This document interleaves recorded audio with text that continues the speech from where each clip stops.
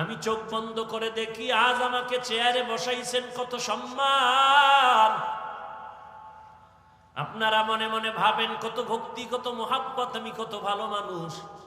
কিন্তু আমার অজান্তে শয়তানের ধোকায় জীবনে কত গুনাহ করে ফেলেছি। মনে হয় হাত দুইটা আমার নাপাক, আমার চোখ নাপাক, গুনার কারণে আমার কান নাপাক, আমার জবান নাপাক, আমার অন্তর নাপাক।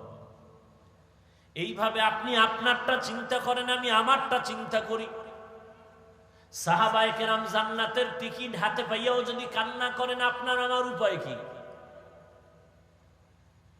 চিন্তা করেন এই বয়সে কি পরিমাণ গুনাহ করেছেন। ও যুবক বাবারা, একটু চিন্তা করো কি পরিমাণ অপরাধ করেছো।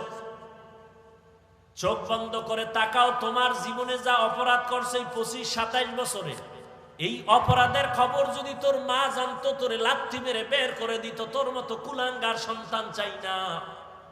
তোর অপরাধের খবর যদি ভাই জানে, ভাই তোরে ভক্তি করবে না। তোমার আমার অপরাধের খবর যদি স্ত্রী জানে, স্বামী বলে সম্বোধন করবে না। বন্ধু বান্ধবেরা জানলে বলবে, ছি তুই এত বড় খারাপ, যা এখান থেকে চলে যা।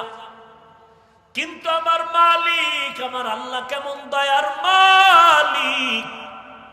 আল্লাহ সব দেখছেন, জানছেন।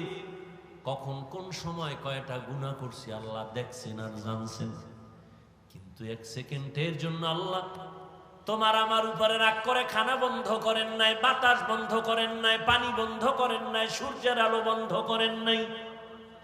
বরং আমার আল্লাহ বারবার ডাকে, আয় আয় আয়, হাইয়া আলাল ফালাহ, কল্যাণের পথে আয়।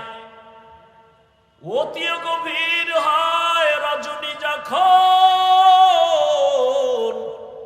নীরবে প্রভুর নাম জপিও তখন।